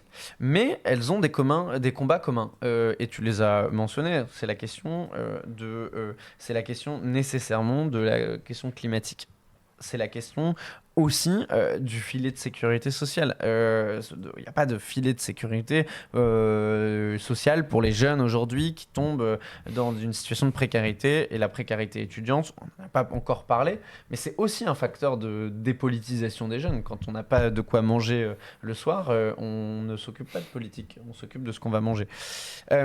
Et donc, tous ces questionnements-là, en fait, en réalité... eh bien, elles nécessitent une forme d'union ou de rassemblement de jeunesse parce qu'elles ont un commun différent, mais parce qu'elles ont des objectifs en commun quand bien même elles ne le conscientiseraient pas encore.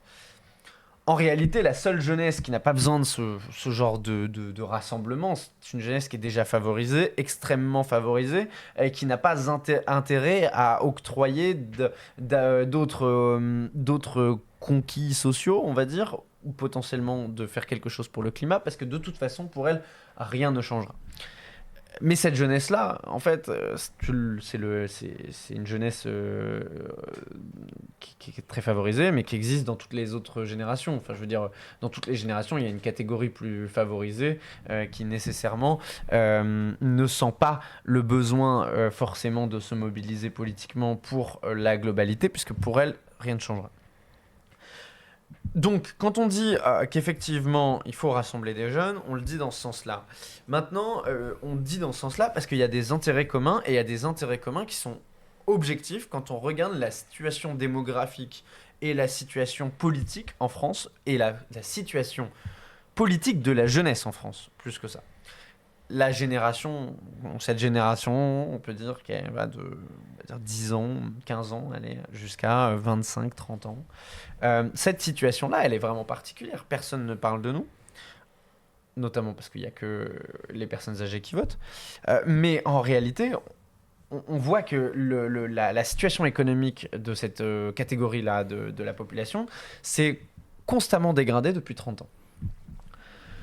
L'âge à laquelle on atteint son pic salarial est passé de 30 ans à peu près 50 ans. Depuis de 70 à 2010, 2015, un truc comme ça. La plupart des personnes, depuis les années 70, qui ont investi aujourd'hui dans l'immobilier sont des propriétaires. Des propriétaires qui sont donc des seniors, pour la plus grande majorité, et qui louent à une grande partie de jeunes. Donc on a une catégorie de jeunes qui est locataire et qui transmet un patrimoine énorme vers des personnes seniors. Et de l'autre côté, il n'y a aucun système de redistribution vers les jeunes. Les jeunes n'ont pas de RSA moins de 25 ans. On a porté une proposition de loi avec Allons enfants sur le RSA moins de 25 ans, sur l'ouverture du RSA moins de 25 ans. Et elle a donné quoi ? Elle a été refusée au Sénat.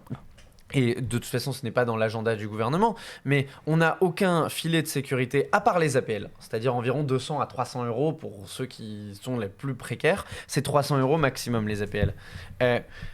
On a donc un filet de sécurité de 300 euros maximum, des jeunes qui n'ont pas de service public de l'insertion véritablement efficace, des jeunes qui vont dans des universités, des facultés qui sont de plus en plus, et même des collèges, lycées, etc., qui sont de plus en plus désargentés, dont les financements peinent à venir, et plus globalement, une arrivée sur le marché du travail qui est extrêmement compliquée. La question des stages, n'en parlons pas, mais il y a un vrai sujet, une omerta absolue sur la question des stages, qui est un travail rémunéré, insuffisamment rémunéré, dont les jeunes aujourd'hui sont obligés de passer. Quand elle est rémunérée. Quand elle est rémunérée, évidemment, mais qui sont des cadres d'exploitation, et j'ose dire le terme parce que c'est important, de cadres d'exploitation réels, etc., etc. Et je pourrais citer énormément de cadres, mais dans lequel aujourd'hui on a une perspective de jeunes qui n'arrivent plus à se former, n'arrivent plus à s'intégrer dans le marché du travail parce qu'il n'y a plus de travail, ou parce qu'il y a une inadéquation entre l'offre et la demande. Et plus globalement, on a cette situation économique extrêmement précaire, avec une classe politique qui est essentiellement composée de quadras, voire de quinquas, voire de sextagénaires. Et donc une forme de difficulté, parce qu'on a une jeunesse qui se précarise, qui est en complet décalage avec les aspirations politiques du pays. Et de l'autre côté, eh bien, tout simplement, comme je vous disais, il n'y a pas de redistribution vers là. Vous me direz, il y a l'héritage. Bingo, l'héritage, l'âge à laquelle on perçoit son héritage est passé entre 1970 et 2020 de 30 ans à 50 ans, c'est-à-dire le pic salarial, donc c'est-à-dire l'âge où on a le moins besoin d'un héritage, puisqu'on a déjà acquis un patrimoine. Et donc l'héritage qui était vécu comme une forme de transmission des catégories, des catégories, des classes d'âge plus élevées vers des classes d'âge plus jeunes, eh bien ne remplit plus ce rôle de transmission, et donc on n'a plus de transmission. Et donc c'est pour ça qu'en fait, en réalité, il y a des travaux qui sont faits là-dessus, avec les projets de loi pour la donation. Bien sûr. Pour donner l'héritage, enfin une partie de l'héritage du vivant. Oui. Il y a des réflexions. Mais c'est intéressant justement de prendre ce prisme-là de l'héritage. Oui, non, mais c'est une vraie question aujourd'hui, la question de l'héritage. Après l'héritage, il faut déjà avoir une génération qui a un héritage foncier. Oui. Tout le monde ne peut pas. C'est un Français sur deux qui n'a pas d'héritage. Il y en a qui n'ont pas d'héritage du tout. Il y en a, quand on décède, n'obtiennent rien. Tout le monde n'est pas un vieux propriétaire. Il y en a qui sont des vieux locataires. Non, bien sûr. Il n'y a pas toujours d'héritage. Non, mais d'où la nécessité d'avoir des filets sociaux. Et donc tout le monde n'est pas Jean-Luc Mélenchon, parce que je dis ça parce que c'est à la présidentielle, c'est celui qui a le plus gros, qui avait le plus gros patrimoine, donc du coup. Non, il me semble que c'était Valérie Pécresse. Oui, je crois que c'est Valérie Pécresse. Mélenchon se positionne bien. Enfin bon, il n'était pas désargenté. Je pose juste ça là. Mais c'était aussi le seul à proposer une régulation de l'héritage. Donc il aurait sûrement reversé s'il était devenu président. Mais bon, il l'est pas. Et d'ailleurs, c'est pour ça qu'il y a encore beaucoup de choses à faire. Mais c'est la façon dont j'ai présenté les choses aujourd'hui et dont je viens de le présenter explique pourquoi, en réalité, ce qu'on essaye d'évoquer n'est pas nécessairement jeunes de tous les pays, unissez-vous, mais plutôt une forme de prise de conscience et de travail de conscientisation de la jeunesse. C'est ce qu'on fait ici aujourd'hui en faisant ça, c'est ce travail vers des intérêts communs qu'on a et vers potentiellement le vote, l'un des bouchées politiques qui constitue un vote. Et ça se fait pas contre une autre classe sociale qui serait une génération plus âgée. Ça se fait en réalité plutôt avec cette classe sociale. Et nous, on a besoin de recréer du dialogue intergénérationnel.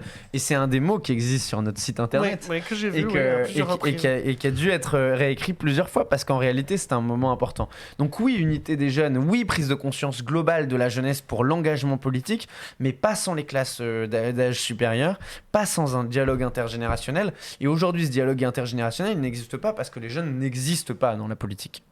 Et voilà le message d'Allons Enfants. Voilà ce qu'est le message d'Allons Enfants. Voilà si on a des formules un peu un peu marxisante qui a été relevée. Mais c'est ça le message au fond d'Allons enfants. C'est un message de dialogue intergénérationnel et de rétablissement d'une anomalie démocratique qui ferait qu'une génération n'est pas du tout représentée par rapport à une autre. Tiens, fast-checking, parce qu'il m'a montré, mon intendant en chef, il m'a montré un papier, je n'ai pas du... Ah bon, on est transparent en direct, hein.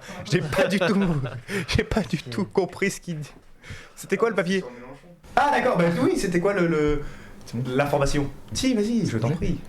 Non mais Mélenchon, dans son programme, ouais. Voilà. Non, par rapport à son patrimoine, dans son programme, il proposait de plafonner à 12 millions. Ouais, c'est ça. Le capital, alors je sais pas. L'héritage. La transmission Voilà, d'héritage. voilà. Au-dessus de 12 millions ou 13 millions. C'est très sympa comme valeur symbolique, mais combien de Français ont 12 millions d'héritage?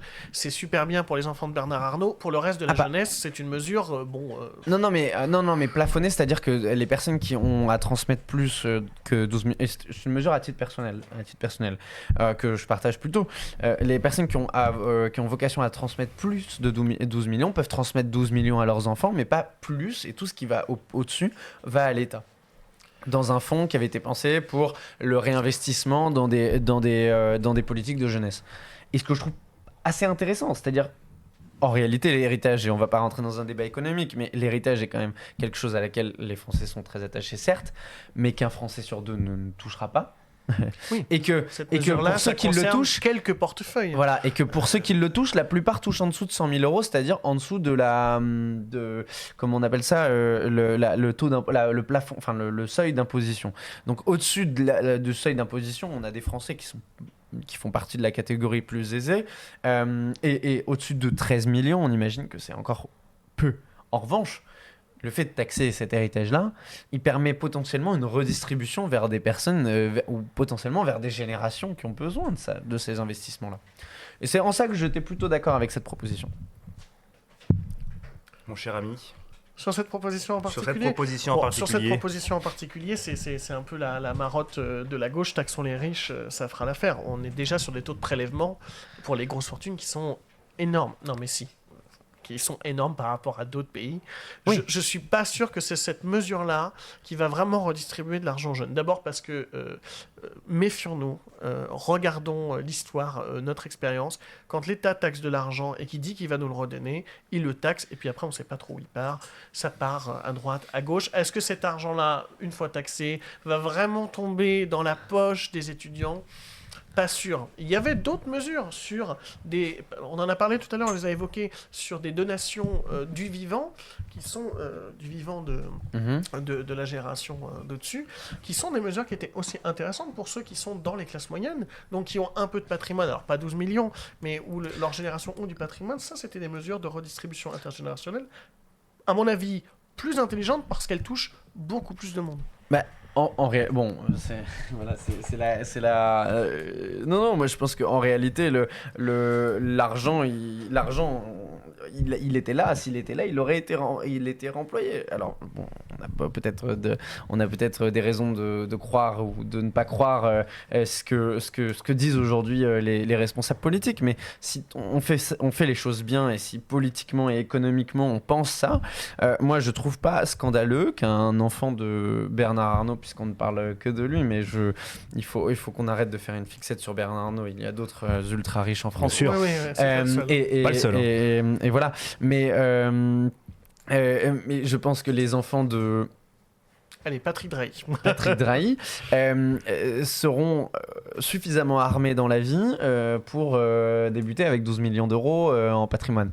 Et quand bien même ils débuteraient avec 0 € du patrimoine de l'héritage, en réalité, ils seraient quand même avantagés puisqu'ils auraient bénéficié de parcours d'excellence et d'un capital social et culturel, je vous refais pas Bourdieu, qui nécessairement les aurait distingués d'une grande partie de la population française. Et c'est en ça où le capital, l'héritage et certains économistes plus libéraux l'estiment aussi. C'est en ça où l'héritage est inefficace économiquement, puisqu'en fait, il n'incite pas les gens à aller créer de la valeur économique, puisqu'ils incitent plutôt à se reposer sur la valeur économique dont ils ont hérité. Et bon, on est rentré sur un débat un peu technique sur l'héritage. En réalité, ce que je voulais dire par l'héritage, c'est qu'il ne remplit plus son rôle de transmission entre les générations. Et c'est là où je rejoins potentiellement des mesures de donation vers des classes moyennes. N'oublions pas quand même que, en réalité, la plupart des Français aujourd'hui héritent d'un patrimoine qui soit est quasi nul, soit a des dettes, soit n'est pas taxé dans tous les cas, puisqu'il est inférieur à 100 000 euros, qui est le seuil de taxation. Donc voilà, quand on parle de patrimoine qui est taxé, on parle d'un patrimoine assez conséquent et potentiellement que on a des mécanismes à jouer sur l'héritage, puisqu'il ne remplit plus son rôle de transmission pour actionner des leviers qui seront des leviers de véritablement transmission vers des générations.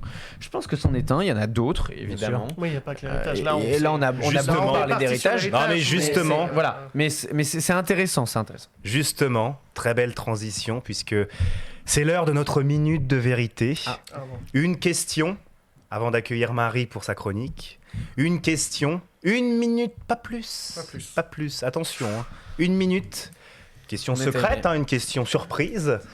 Mon cher Théo, zoom sur... voilà. Et on va commencer par... Ah bah oui. Par vous, cher ami. Alors, par moi, commençons. Puisqu'on a beaucoup parlé de... Les Dis-moi. questions sont différentes Ah non, les mêmes. Ah bah oui, justement. Donc Et j'ai le le temps vote, de me préparer, tiens, ouais. super, parce que le vote après, un petit sondage artisanal, voilà, c'est la première, bon, évidemment. Et on donnera également le résultat du premier sondage de tout à l'heure, bien sûr. Qui est continué. Qui a continué, bien sûr. J'écoute. Mon cher ami, si vous êtes, parce qu'on a beaucoup parlé de propositions ce soir, Alors. Si vous êtes élu un jour, utopie, président de la République, quelle serait votre première mesure en direction des jeunes ? Très clairement, je pense que ce serait soit la revalorisation des APL, soit la création d'une allocation spécifique pour les jeunes. Notamment, je pense, sur le logement. À mon avis, c'est un peu le nerf de la guerre des propositions de jeunesse. Aujourd'hui, le logement, c'est un budget mais colossal. C'est le premier poste de dépense des jeunes. C'est très compliqué de trouver du logement. Peut-être des mesures... Pourquoi pas réserver une partie du parc HLM pour la jeunesse, ça serait aussi une mesure. Je vois, on parlait de Champs-sur-Marne, mais dans toute la région est parisienne, il y a beaucoup de constructions, mais très peu qui sont accessibles aux jeunes. Quand on fait des demandes HLM, on est systématiquement en bas de la liste parce qu'on est soit seul, soit sans enfant, soit sans compagnon. Donc il reste la solution de la colocation. Bon, je laisse à ceux que ça intéresse le soin de regarder les prix en région parisienne. Pas qu'en région parisienne, d'ailleurs, à Lyon, que je connais bien, c'est aussi très cher, et dans plein d'autres villes de France. Et je ne parle pas de la province. Donc, oui, soit une allocation, soit, voilà, peut-être réserver des HLM. Julien, je te remercie. Mon cher Pierre, je te repose la question. C'est une super mesure, Allons Enfants qui est friand de quotas pour les HLM. Mais oui, c'est vraiment il pique déjà mon programme. Alors. Mais oui, non, mais c'est... Alors, je note. Il n'y a pas de bulletin d'adhésion, mais sur Internet, voilà, n'hésite pas à adhérer ce soir. Non, mais on a des très bonnes idées. Il y a quelques connivences. Mon cher ami, je vais te reposer la question. C'est un petit peu un moment solennel. Mon cher ami, si un jour, par utopie, tu es élu président de la République, quelle serait ta première mesure en direction des jeunes ? C'est un peu la même chose que Julien dans ce qu'il a évoqué, mais je vais approfondir. Allons Enfants propose... Oui, je m'y tiens. Allons Enfants propose un package social de filet de sécurité. J'en ai beaucoup parlé et ça, en réalité, c'est un point extrêmement important pour la jeunesse qu'elle dispose d'un filet de sécurité sociale. Quand on a besoin aujourd'hui de se former, on échoue parfois, on rate, on essaye, on a des occasions et c'est compliqué parfois de toujours réussir du premier coup. Et on a besoin de ce filet de sécurité sociale pour rebondir. Il n'existe pas. Il y a deux choses importantes. Le RSA au moins de 25 ans. Aujourd'hui, c'est intolérable qu'une catégorie de la population qui en a pourtant besoin et qui se retrouve complètement délaissée en termes de prestations sociales ne dispose pas du RSA, qui est l'aide sociale la plus identifiée en France. Et deuxième chose, parce que le RSA concernerait, donc dans les conditions aujourd'hui qui existent, donc ni étudiants ni en travail, pour les étudiants, une allocation d'autonomie qui permettrait aux étudiants de ne pas travailler durant leurs études. On sait que les étudiants qui travaillent pendant leurs études ont 30% de chances de plus de rater leurs examens, arriver au partiel ou etc. au concours.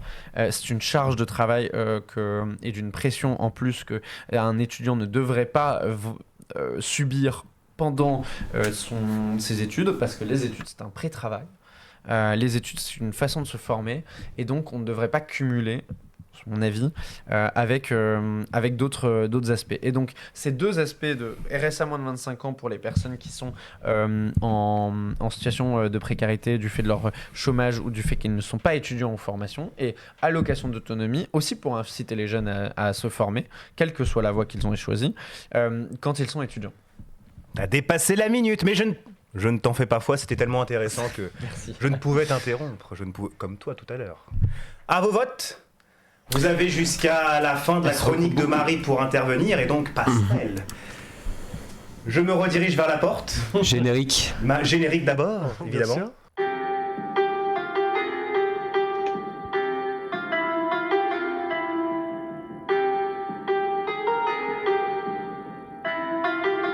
Chère Marie, alors c'est sa première. Je vous demande d'être indulgents. Voilà, elle a préparé sa chronique, elle est superbe cette chronique. Je l'ai lue, elle est formidable. Marie. Je l'ai lu Eh oui. et validé. Marie, Alors, c'est à toi. Merci. Alors bonsoir tout le monde. Alors ma chronique porte sur la mobilisation étudiante en général. Et s'il y a bien une mobilisation étudiante qui a marqué les esprits, ce sont bien évidemment les manifestations de mai 68. Alors pour rappeler le contexte rapidement, la situation économique de la France est stable avec une croissance plutôt forte, voire même supérieure aux autres économies occidentales à cette époque. Néanmoins, se produit en parallèle un fossé entre les aspirations étudiantes et le fonctionnement de l'enseignement supérieur, et voire même de la société française. Donc les étudiants à cette époque revendiquaient la libéralisation des mœurs et contestaient la société de consommation et le système capitaliste. Ces révoltes qui ont puisé leurs sources dans la faculté de Nanterre vont très vite s'étendre en attirant la sympathie des syndicats ouvriers qui vont à leur tour protester contre les difficultés économiques de leur époque, et ils vont réclamer en fait la hausse du salaire minimum et la diminution du temps de travail. Alors, la France se retrouve ainsi dans une situation inédite avec une révolte étudiante qui débouche à une crise sociale et politique qui va paralyser le pays pendant plusieurs jours. Alors, il s'avère que le mouvement de mai 68 représente aujourd'hui la mobilisation étudiante la plus importante que notre pays ait connue. Et il est important de souligner néanmoins que ce n'est pas l'unique grève étudiante à laquelle la France a pu être confrontée. On peut en citer plusieurs, notamment les mobilisations étudiantes contre la loi Savary en 1984, qui avait pour but de rapprocher les établissements publics et privés. On peut également citer les mobilisations contre la loi Duvaquet en 1986, qui avait pour projet de mettre en place la sélection des étudiants à l'entrée à l'université. Et également, on peut citer le mouvement contre le contrat de première embauche, qui était un contrat destiné aux jeunes étudiants de moins de 26 ans. Après la présentation de tous ces éléments, la problématique qu'on peut se poser est la suivante. Est-ce que tous les étudiants qui se mobilisent sont destinés à devenir des 68ards ? Bien évidemment, la réponse est non, d'accord ? Les étudiants mobilisés ne manifestent pas forcément pour les idées de cette époque. En fait, ce que nous prouvent les contestations étudiantes, c'est que la jeunesse peut être une force de changement, puisque les gouvernements successifs sont à l'écoute des revendications étudiantes, et on a pu le voir avec les différentes lois qui n'ont pas pu être mises en place. Alors, pour finir, on se rend compte que le sujet au cœur des grandes mobilisations étudiantes est l'accessibilité aux études, si on prend notamment en compte les projets de loi Duvaquet et Savary. contrairement au modèle anglo-saxon qui possède une culture de l'enseignement privé, en France, il y a une réelle volonté de garder l'université publique, gratuite et accessible à tous. Modifier cette configuration serait un gros risque pour les gouvernants. Par ailleurs, la cause étudiante n'est pas toujours au cœur en fait, des contestations et des manifestations étudiantes. On a pu le voir notamment durant les manifestations contre la réforme des retraites où la présence des étudiantes était conséquente. Bravo, limpide. On a mené enfin, c'est la fin de l'émission, on a un petit peu fatigué. On a mêlé humour et intérêt de fond. Parfait, vraiment. Alors là, et petit rire de fond et... Oui, Gabriel. Non, pas du tout. Il l'interpelle comme ça. C'est ça. C'était des applaudissements. Non, vraiment bravo. Et c'est ainsi qu'on conclut. Oui, tu restes là parce que c'est la fin de l'émission, il n'y a pas de souci. Voilà. On peut terminer. On termine autour de la table. On conclut cette émission évidemment. D'abord avec un regard. Ça vous a plu? Vous êtes senti à l'aise? Ouais. Très bien, super. Un beau débat. C'est bien parce qu'on participe de notre sujet. On fait voilà, la c'est ça. Exactement, un beau débat, très instructif. La parole à Tintin pour la fin. Alors sur la question de la France va-t-elle réussir au JO? Alors c'était vraiment hyper partagé. C'est le oui qui le remporte, mais de très peu. Ensuite, pour la personne qui a été la plus convaincante. Oui. Sur la proposition, et c'est Marie qui a été sélectionnée le plus comparé à Julien et Pierre. Donc voilà. Bravo. J'ai demandé de voter entre les deux et c'est Marie qui a récolté le plus de voix. Tu es donc élu notre tribun de la semaine. Tu es élu. Quel retournement de situation.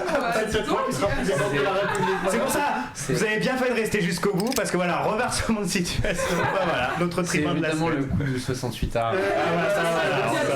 Ça allait plaire. Bien évidemment. Merci beaucoup. Merci en tout cas pour ce débat vraiment très instructif. Bravo à Marie pour cette élection de tribun de la semaine. Voilà, on remet le titre en jeu dans 2 semaines. Merci à notre équipe technique, à Tintin, à Gab. J'allais prononcer ça entièrement. Ça reste entre nous. Merci à toutes et à tous. Rendez-vous dans 2 semaines. Voilà, j'espère que cette première émission vous a permis de vous fidéliser à nous. Et puis on se retrouve donc dans 2 semaines, mercredi de la... dans 2 semaines. Oui, c'est le vrai du temps qui passe. Pardonnez-moi aussi pour les quelques bafouilles que j'ai pu avoir. Il y a le stress, la première, la fatigue, c'est pas grave. Dites-nous dans le sondage si vous lui pardonnez ces bafouilles. J'espère que oui quand même. Voilà. Je suis un bon samaritain. Voilà, merci à tous et puis à très vite. Voilà, salut.